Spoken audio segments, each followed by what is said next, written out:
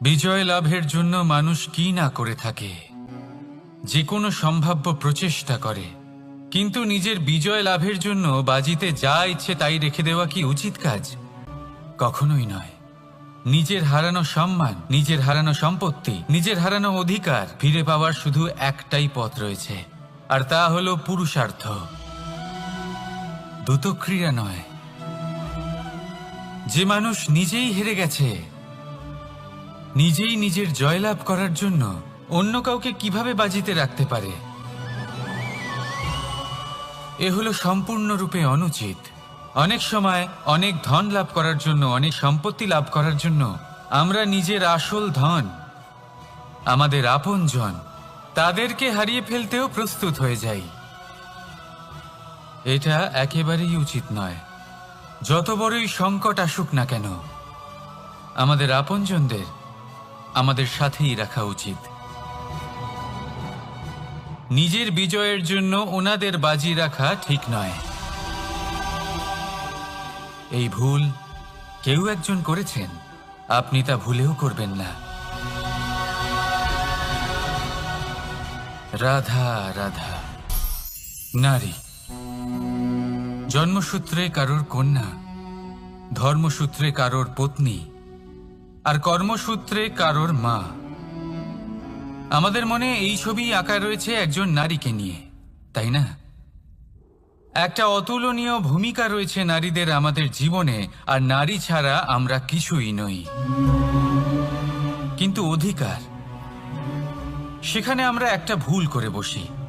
যখন নারী একজন কন্যা থাকে, যখন সে জন্ম নেয়, তখন তার ওপর অধিকার থাকে তার পিতার। আর তারপর যখন বিয়ে হয়ে যায়, তখন তার অস্তিত্বের উপর অধিকার থাকে তার স্বামীর। আর যখন তিনি মা হন, তখন নিজেই তিনি জীবনের সমস্ত অধিকার দিয়ে দেন তার সন্তানকে। কিন্তু আমরা কি কখনো এটা ভেবেছি এই জীবন হলো তার নিজের? যে নারী সবার কল্যাণ করছেন, তার জীবনের অধিকারও তার কাছেই থাকা উচিত, তাই না? তার নিজের জীবনের সিদ্ধান্ত সে নিজেই নিতে পারেন, নিজেই নিজের ভাগ্যের রচয়িতা হতে পারেন। আর এর জন্য আমাদের নিজেদের পাল্টাতে হবে, দৃষ্টিভঙ্গি পাল্টাতে হবে। কারণ এই ধারণা সেটা আজ বা কালকের ব্যাপার নয়, এটা ঘটে চলেছে বহু বছর ধরে, আর চলতেই থাকবে যদি আমরা এটা না বদলাই। আর এটা তখনই সম্ভব হবে যখন আমরা নিজেদের মধ্যে পরিবর্তন আনব। তাই আজকের পর থেকে, এই মুহূর্ত থেকে, কোনো নারীর ওপর অকারণ অধিকার স্থাপনের আগে সহস্রবার ভেবে দেখবেন। কারণ যখন নারী নিজের অধিকার কেড়ে নিতে বাধ্য হবেন, তখন শুধু এবং শুধুমাত্র বিনাশই ঘটবে। রাধা রাধা।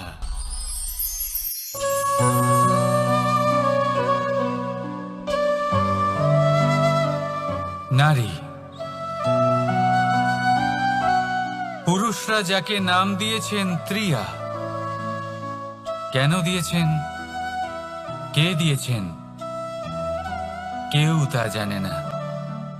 কথায় আছে, পুরুষরা ভাবেন যে ত্রিয়া, ভাবেন একরকম, বলেন অন্য কিছু, আর করেন অন্য কিছুই। কিন্তু সত্যিটা কি এটাই?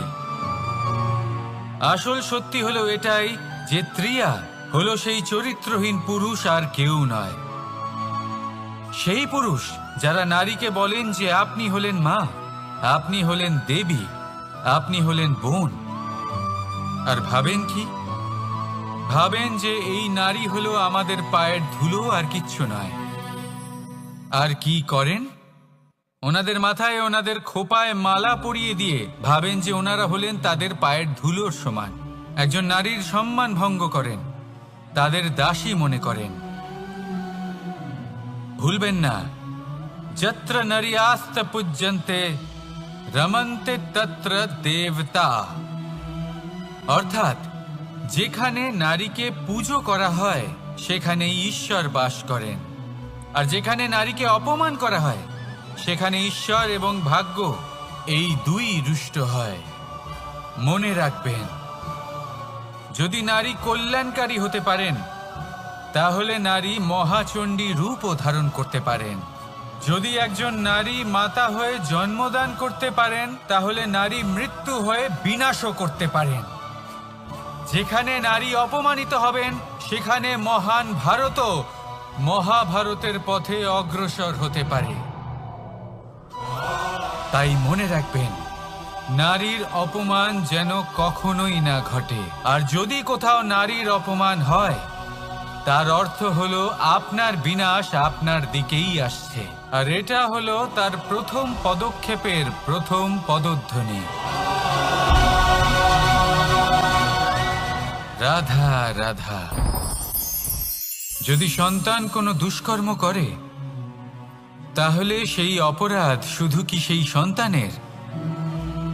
না, যদি সন্তান দুষ্কর্ম করে, তাহলে অপরাধী তার মাতা পিতাও, যারা পুত্রমোহর কারণে সেই অনুচিত কাজে তাকে বাধা দেননি। অপরাধী হলেন তার পিতামহ, যিনি নিজের কর্তব্যবোধের কারণে নিজের পরিবারের যত্ন নেননি, যিনি সন্তানকে কখনো শাস্তি দেননি। অপরাধী হলেন তার সেই গুরুও, যিনি নিজের শিষ্যের সেই দুষ্কর্ম দেখেও তাকে প্রতিহত করতে পারেননি। একজন হবু রাজার কর্তব্য হলো নিজের প্রজার কাছে সে যেন এক উদাহরণ প্রস্তুত করতে পারে। কিন্তু যদি এত অনুচিত উদাহরণ প্রস্তুত হয়ে থাকে, তাহলে মা বাবার, বাড়ির বয়োজ্যেষ্ঠদের কর্তব্য হলো ওনারা যেন সেটা সেখানেই থামায়, হয় ভালোবেসে, নয়তো শাস্তি দিয়ে। যদি না থামানো হয়, তাহলে মহাভারত অবশ্যম্ভাবী। অনেক ব্যক্তির মনে একটা প্রশ্ন জাগে আমাকে আর রাধাকে নিয়ে। বলেন যে, না আমি আর রাধা একসাথে থাকি, না আমাদের বিয়ে হয়েছে। আমি এখানে দ্বারকাতে, ও ওখানে বর্ষণাতে, তাও এত ভালোবাসা কি করে? এ কেমন সম্পর্ক? আমি তাদের একটা সহজ কথা বলতে চাই। আপনি কখনো আয়নার দিকে দেখেছেন? নিজের দুই চোখের দিকে তাকিয়ে জিজ্ঞাসা করুন, এই দুই চোখ একসাথে কেন বন্ধ হয়, একসাথে কেন খোলে, একসাথে কেন ঘুমোয়, একসাথে কেন কাঁদে? আজীবন কোনো এক মানুষের সাথে সম্পর্ক রাখা অবশ্যই সম্ভব, তাদের সাথে দেখা না করে। আমার আর রাধার ভালোবাসাও কিছুটা এরকমই, আর কিছুটা এরকমই হয় ভালোবাসা দুই নয়নের মতো, যারা কখনোই মিলিত হবে না, কিন্তু চিরকালের জন্য একসাথে জুড়ে থাকবে। এই অনুভূতি নিঃস্বার্থ হয়, আর এই নিঃস্বার্থ ভালোবাসা আপনাকে আনন্দের পথে অগ্রসর করে। জীবনে সবসময় নিঃস্বার্থভাবে ভালোবাসুন, শুধুমাত্র আনন্দই পাবেন। তাহলে আসুন আমার সাথে নিঃস্বার্থভাবে ভালোবেসে বলুন, রাধা রাধা। মানুষ, কোন ব্যক্তির নির্মাণ হয় কিভাবে?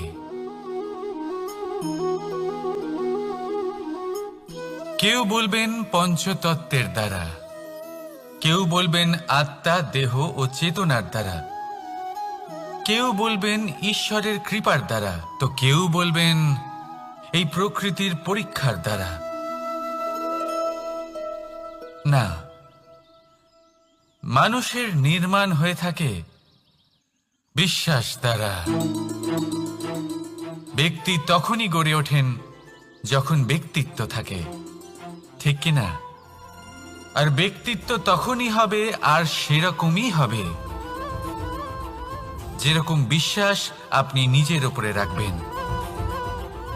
যদি আপনি মনে করেন আপনি বিষের ন্যায় হবেন, তাহলে আপনি বিষাক্তই হবেন। যদি আপনি এটা মনে করেন যে আপনি অমৃতের ন্যায় হবেন, তাহলে আপনি অমরই হয়ে যাবেন। যদি আপনি নিজের উপরে বিশ্বাস রাখেন যে আপনি সংসারের সব থেকে উঁচু পর্বতের শিখরে পৌঁছতে পারবেন, তাহলে আপনি অবশ্যই পৌঁছবেন। যদি আপনার এরকম মনে হয় যে আপনি এরকম কখনো করতে পারবেন না, তাহলে এরকম কখনোই হবে না। ভেবে দেখবেন, বিশ্বাসের মধ্যেই বিশ্ব বাস করে থাকে। তো আপনার অস্তিত্ব কেন করবে না? যেমন বিশ্বাস আপনি নিজের উপরে রাখবেন, তেমনই আপনি হয়ে উঠবেন। সেই জন্য নিজের উপরে বিশ্বাস রাখুন। আর হ্যাঁ, ভালোবেসে বলুন, রাধা রাধা। শত্রুতা। একজন মানুষ অন্য মানুষের সাথে শত্রুতা করে বসেন, দুজন ঘনিষ্ঠ বন্ধু। এমনও এক সময় আসতে পারে যখন এনারা একে অপরের শত্রু হয়ে ওঠেন। এর অনেকগুলো কারণ হতে পারে, কিন্তু মূল কারণ হলো আলোচনা। আগে হ্যাঁ, আপনি যদি কারোর বিষয়ে আলোচনা করেন তাহলে সে আপনার শত্রু হয়ে যেতে পারে। এবার মনে একটা প্রশ্ন আসতে পারে যে এটা কিভাবে সম্ভব হতে পারে? আলোচনা, এটা তো অত্যন্ত জরুরি। যদি আমি নিজের বন্ধুর খারাপ কাজের বিষয়ে আলোচনাই না করি তাহলে সে শুধরবে কি করে? এ কথা সত্যি যে আলোচনা আবশ্যক, কিন্তু তার থেকেও বেশি গুরুত্বপূর্ণ এবং আবশ্যক হলো আপনার এই সিদ্ধান্ত। সিদ্ধান্ত এটাই যে আপনার এই আলোচনা কোন স্থানে করবেন। যদি এটা সবার সামনে করবেন ভাবেন, তাহলে তা অপমানও হয়ে যেতে পারে। যদি এটা আলাদাভাবে করেন তাহলে তা পরামর্শ হয়ে যায়। অপমান কেউ স্বীকার করতে পারেন না, কিন্তু পরামর্শ সকলের ভালো লাগে। তাহলে যদি আপন কারোর জন্য ভালো কিছু চান, কাউকে শুধরে দিতে চান, আর আপনার মনে হয় আলোচনা আবশ্যক, তাহলে সর্বপ্রথম সময়, পরিস্থিতি আর স্থানের কথা মনে রাখবেন। নয়তো এই আলোচনা আপনাকে খুব ভোগাতে পারে। তাহলে আসুন আমার সাথে ভালোবেসে বলুন, রাধা রাধা। আপনার জীবনেও কি সমস্যা রয়েছে? অবশ্যই থাকবে। প্রত্যেকের জীবনেই সমস্যা থাকে। প্রত্যেক মানুষ জিজ্ঞাসাও করেন যে এই সমস্যা আসলে কি আর কেন আসে জীবনে। আপনাকে একটা কথা বলে দিই যে সমস্যা আসলে সেটা নয় যা আপনার পথে বাধা সৃষ্টি করে, বরং সমস্যা হলো সেটাই যেটা আপনি তখন দেখতে পান যখন আপনার একাগ্রতা আপনার পথ থেকে, আপনার লক্ষ্য থেকে সরে যেতে থাকে। আর এই সমস্যাগুলি দূর করার জন্য, এর সমাধান করার জন্য একটাই পথ আছে। নিজের সমস্ত ভাবনা আরো একবার একাগ্র করুন নিজের পথের দিকে, নিজের লক্ষ্যের দিকে। আপনার সমস্ত ভাবনা যদি কেন্দ্রীভূত হয় নিজের লক্ষ্যে, তাহলে এই সমস্যা দূরে থাকবে। যদি এরকম না হয়, যদি আপনার মন একটু অন্যদিকে চলে যায়, তাহলে এই সমস্ত সমস্যা আবার সামনে চলে আসে আর বাড়তেও থাকে। দেখুন, যেখানে আপনার লক্ষ্য রয়েছে, বাণ যদি সেখানেই চালাতে হয়, তাহলে দৃষ্টি তো সেদিকেই রাখতে হবে। তবেই তো আপনি সেই লক্ষ্য ভেদ করতে পারবেন। সেই জন্য মনে রাখবেন, সর্বদা লক্ষ্য রাখবেন নিজের পথে, সেই পথেই সামনে এগোতে থাকুন নিজের লক্ষ্যের দিকে। আপনি যত সামনে এগোতে থাকবেন এই সমস্যা তত পিছিয়ে যাবে। তাহলে আসুন আমার সাথে ভালোবেসে বলুন, রাধা রাধা। এই পাখিরা সত্যি খুব সুন্দর, আমার খুব ভালো লাগে। আপনি নিশ্চয়ই শুনে থাকবেন যে কিছু পাখির কাছে ডানা অবশ্যই থাকে, কিন্তু উড়তে পারে না। তারা চায় উঁচু আকাশে উড়ে বেড়াতে এবং মেঘেদের সাথে কথা বলতে, করতেই পারে না। এবার এই সংসারেও পাওয়া যায় ঘুড়িও। এদের মধ্যে না জীবন আছে, না প্রাণ আছে, আর না আছে ডানা, কিন্তু এরা আকাশের সাথে কথা বলে, হাওয়ার বেগের সাথে কথা বলে, আনন্দ করে, উৎফুল্ল হয়ে ওঠে। আকাশে জীবনের কিছু মুহূর্ত কাটায়। তার কারণ কি হতে পারে? কারণ হলো সুতো। এই সুতো যদি সঠিক হাতে থাকে, তাহলে এই কাগজের তৈরি ঘুড়িও আকাশের উচ্চতায় উড়ে বেড়াতে পারে। এবার এই সুতো আসলে কি? এই সুতো হলো আসলে ভালোবাসা, এই সুতো হলো আসলে বিশ্বাসের।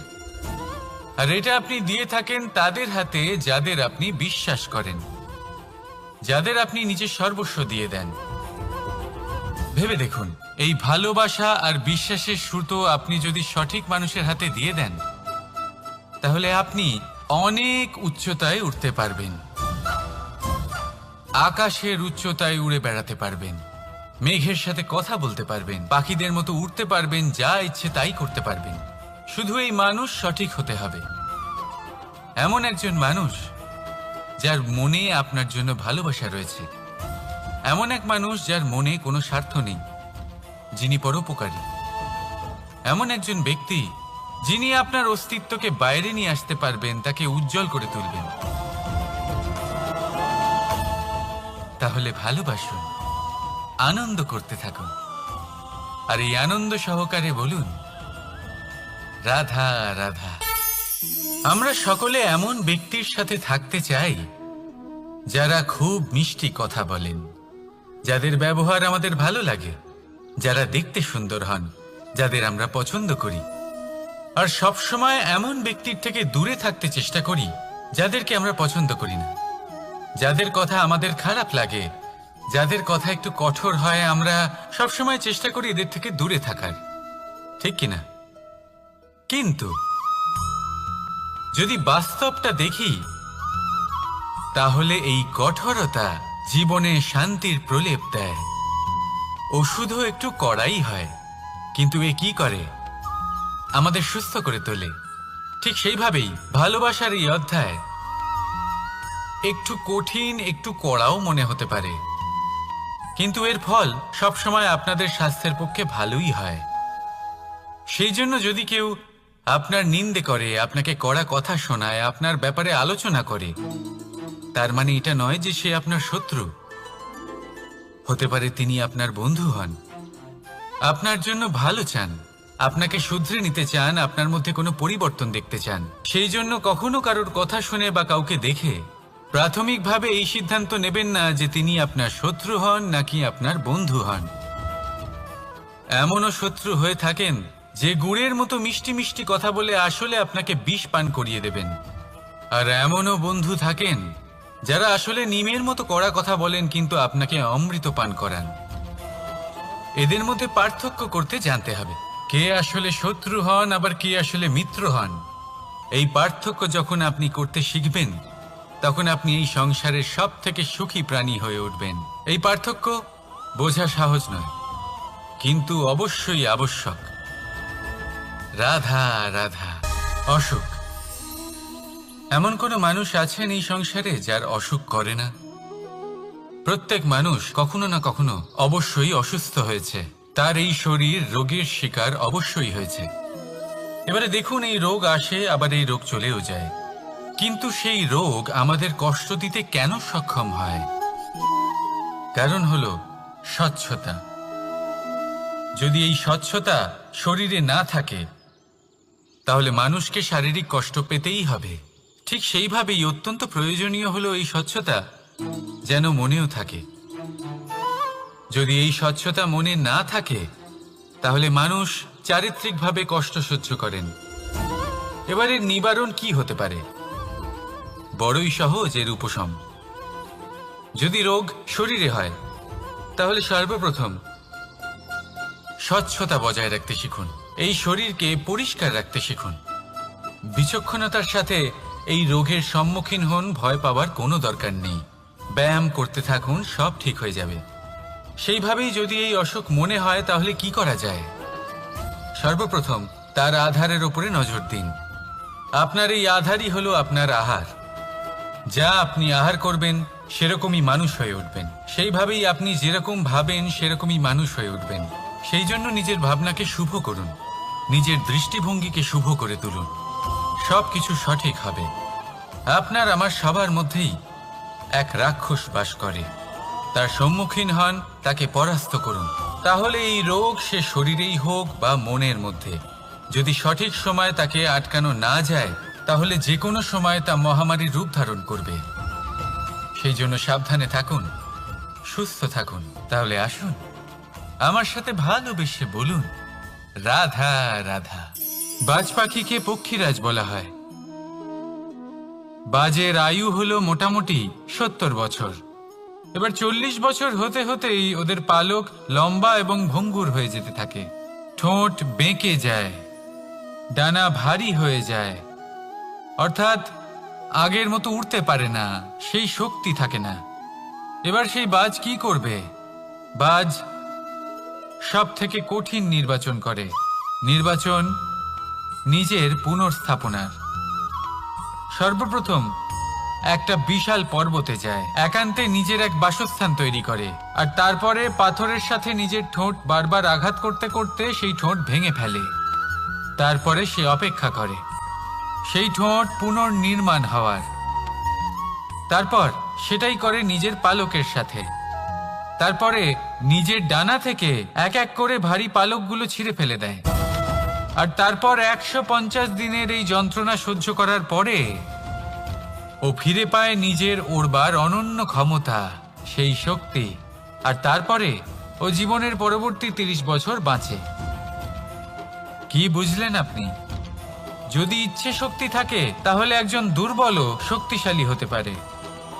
আপনিও এটাই করুন, নিজের অতীতের যন্ত্রণার বোঝাগুলিকে ত্যাগ করুন আর কল্পনার খোলা আকাশে উন্মুক্ত হয়ে উড়ে বেড়ান। নিজের পুনর্স্থাপনা করুন, তবেই সর্বশ্রেষ্ঠ হতে পারবেন। আর মনে রাখবেন, এই ছোট ছোট পদক্ষেপই বড় বড় শিখরে পৌঁছে দিতে পারে। তাহলে আসুন আর আমার সাথে ভালোবেসে বলুন রাধা রাধা। আপনি কি কখনো জলকে নিজের মুঠোতে ধরে রাখার চেষ্টা করেছেন? চলুন আজ করা যাক।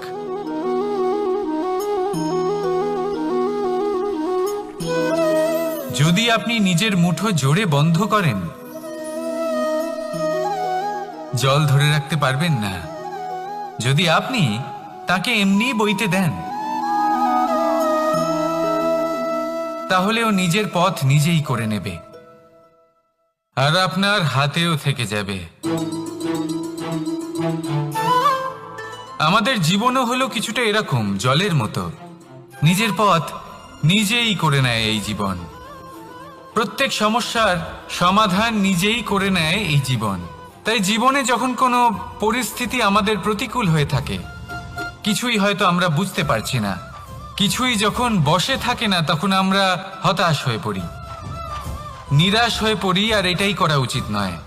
শান্ত মনে দেখতে হবে যে এই জীবনে আসলে কি ঘটে চলেছে।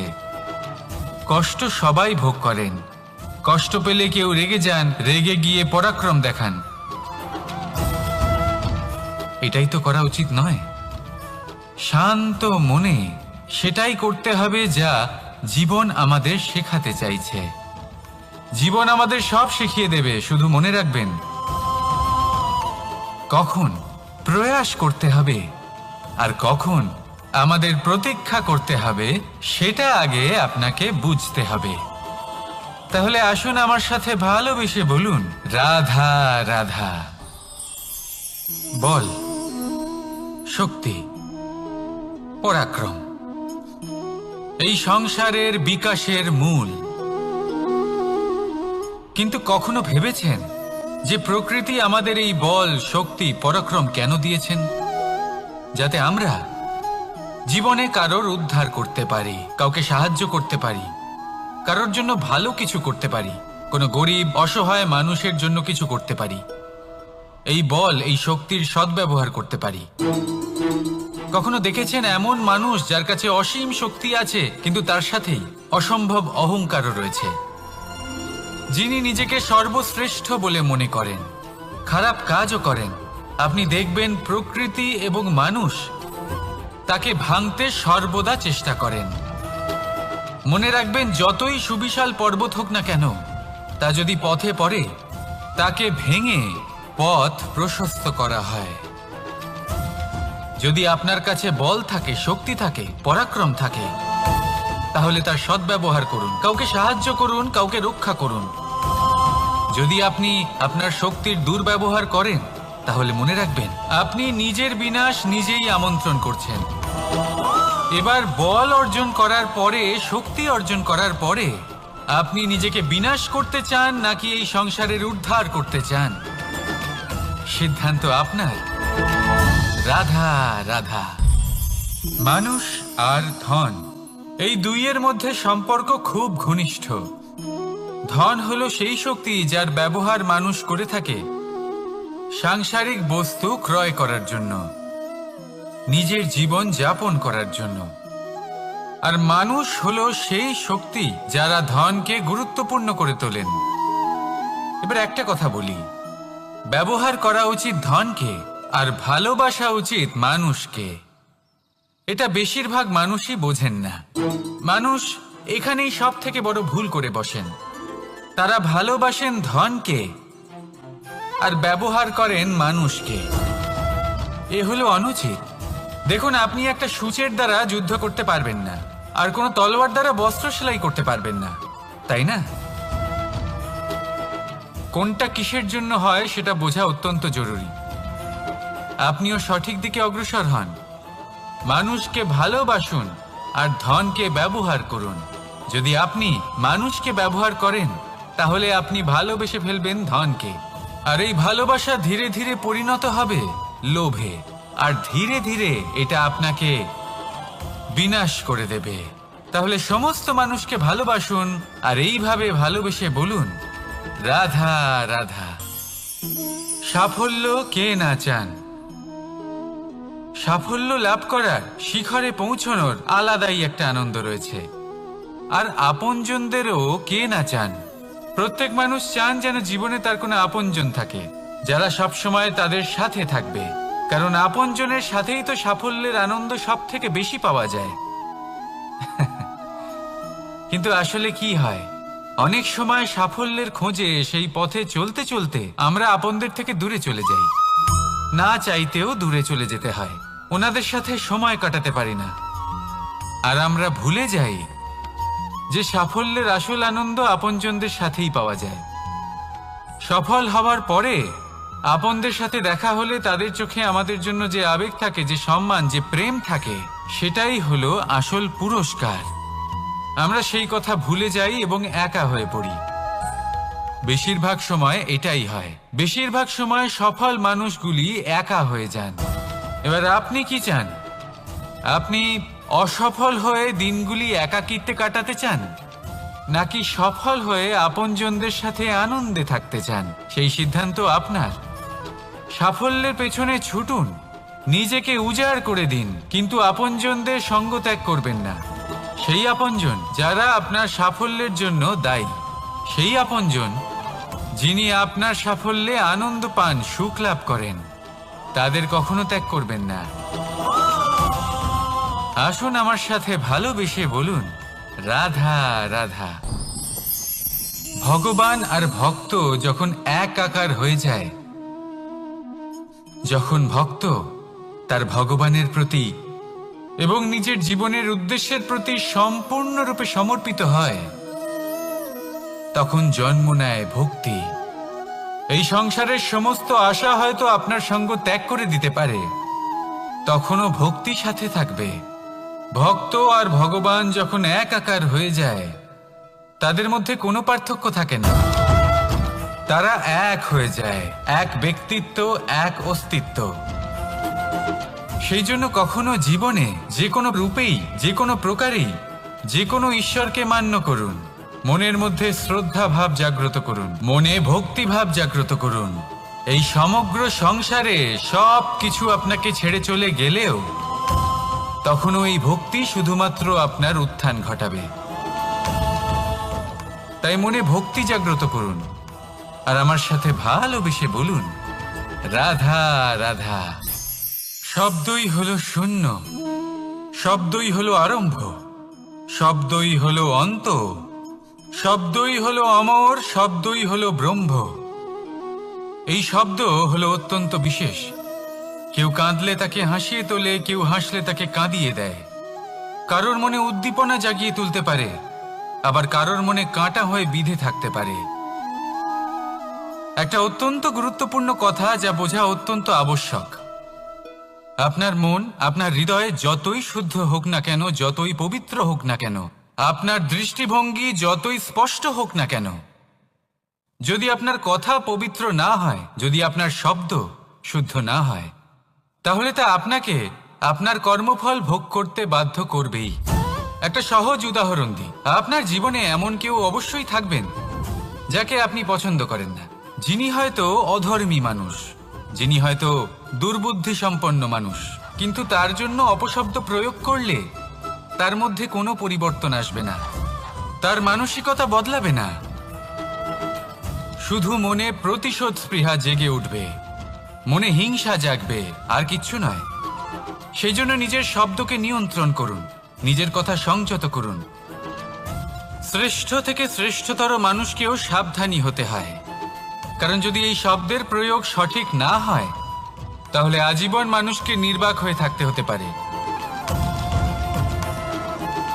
তাহলে নিজের শব্দ নিয়ন্ত্রিত রাখুন, নিজের কথাকে শুভ করুন, এতে প্রেমবোধ জাগিয়ে তুলুন, আর সেই প্রেমবোধ নিয়েই বলুন রাধা রাধা। বরদান এবং অভিশাপ, এই দুই হলো একই মুদ্রার দুটি পিঠ। এই বরদান আমরা অনেক কারণে পেতে পারি, কখনো নিজের পরিশ্রমের কারণে, কখনো নিজের তপস্যার কারণে, কখনো আমাদের পূর্বপুরুষদের কর্ম ও তপস্যার কারণে। কিন্তু এই বরদান কতক্ষণ বরদান থাকবে তা আমরা নিশ্চিত করতে পারি না, তা সুনিশ্চিত করে শুধুমাত্র আমাদের কর্ম। যদি আপনাকে উদাহরণ দিই, আপনি রেশমের কীট দেখেছেন? ও বরদান পেয়েছে যে ও নিজের সুরক্ষার জন্য খোলস বানাতে পারে।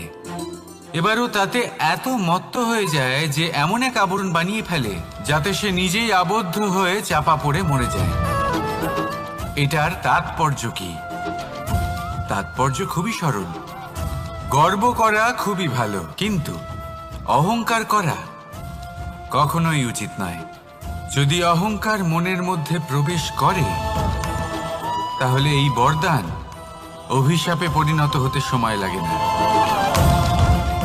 আর যদি কর্মশ্রেষ্ঠ হয়, তাহলে অভিশাপও বরদানে পরিণত হয়। তাহলে আসুন, শ্রেষ্ঠ কর্ম করুন আর আমার সাথে ভালোবেসে বলুন রাধা রাধা। সুখ, দুঃখ, মৃত্যু, মহামারী, এগুলো কখনো বলে আসে না, আবার জিজ্ঞাসা করেও আসে না।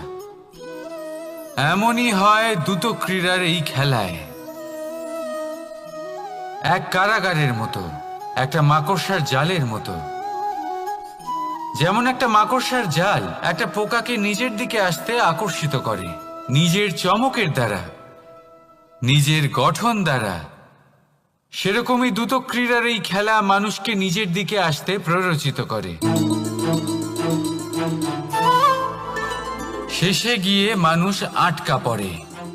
পার্থক্য শুধু এটাই, যখন এক পোকা এই জালে জড়িয়ে পড়ে তখন সে তার প্রাণ হারায়। মানুষ যখন এই দ্রুত ক্রীড়ায় আকর্ষিত হয়, সে নিজের মান, নিজের ধন সব কিছু হারায়, নিজের বিবেক হারিয়ে ফেলে। কিন্তু আপনি আপনার বিবেক কখনোই হারাবেন না। যদি আপনার মনে লোভ চলে আসে, আপনি লোভী হয়ে ওঠেন। যদি আপনি দ্রুত ক্রীড়ার এই খেলায় আটকা পড়েন, তাহলে মনে রাখবেন, এই খেলা থেকে ফিরে আসা প্রায় অসম্ভবই বলা যায়। নিজের বিবেক কখনো হারাতে দেবেন না, কারণ বিনাশ আসার প্রথম লক্ষণ হলো বিবেকের বোধ চলে যাওয়া। এই প্ররোচনায় কখনো পা দেবেন না। আর আমার সাথে ভালোবেসে বলুন রাধা রাধা। বিজয়, বিজয় লাভের জন্য মানুষ কি না করে থাকে, যে কোনো সম্ভাব্য প্রচেষ্টা করে। কিন্তু নিজের বিজয় লাভের জন্য বাজিতে যা ইচ্ছে তাই রেখে দেওয়া কি উচিত কাজ? কখনোই নয়। নিজের হারানো সম্মান, নিজের হারানো সম্পত্তি, নিজের হারানো অধিকার ফিরে পাওয়ার শুধু একটাই পথ রয়েছে, আর তা হলো পুরুষার্থ, দ্রুত ক্রীড়া নয়। যে মানুষ নিজেই হেরে গেছে, নিজেই নিজের জয়লাভ করার জন্য অন্য কাউকে কিভাবে বাজিতে রাখতে পারে? এ হলো সম্পূর্ণরূপে অনুচিত। অনেক সময় অনেক ধন লাভ করার জন্য, অনেক সম্পত্তি লাভ করার জন্য আমরা নিজের আসল ধন, আমাদের আপনজন, তাদেরকে হারিয়ে ফেলতেও প্রস্তুত হয়ে যাই।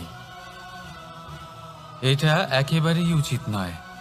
যত বড়ই সংকট আসুক না কেন, আমাদের আপনজনদের আমাদের সাথেই রাখা উচিত। নিজের বিজয়ের জন্য ওনাদের বাজি রাখা ঠিক নয়। এই ভুল কেউ একজন করেছেন, আপনি তা ভুলেও করবেন না।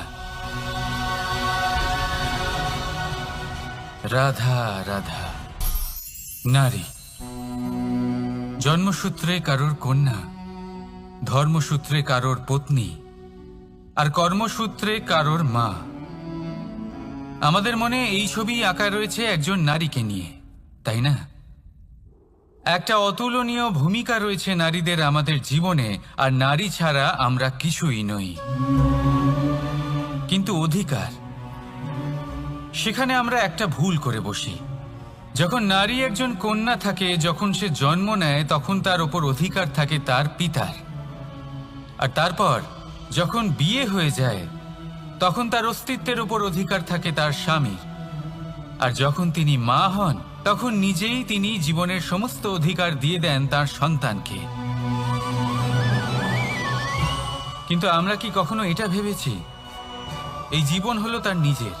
যে নারী সবার কল্যাণ করছেন, তার জীবনের অধিকারও তার কাছেই থাকা উচিত, তাই না? তার নিজের জীবনের সিদ্ধান্ত সে নিজেই নিতে পারেন, নিজেই নিজের ভাগ্যের রচয়িতা হতে পারেন। আর এর জন্য আমাদের নিজেদের পাল্টাতে হবে, দৃষ্টিভঙ্গি পাল্টাতে হবে। কারণ এই ধারণা সেটা আজ বা কালকের ব্যাপার নয়, এটা ঘটে চলেছে বহু বছর ধরে আর চলতেই থাকবে যদি আমরা এটা না বদলাই। আর এটা তখনই সম্ভব হবে যখন আমরা নিজেদের মধ্যে পরিবর্তন আনব। তাই আজকের পর থেকে, এই মুহূর্ত থেকে, কোনো নারীর ওপর অকারণ অধিকার স্থাপনের আগে সহস্রবার ভেবে দেখবেন। কারণ যখন নারী নিজের অধিকার কেড়ে নিতে বাধ্য হবেন, তখন শুধু এবং শুধুমাত্র বিনাশই ঘটবে। রাধা রাধা।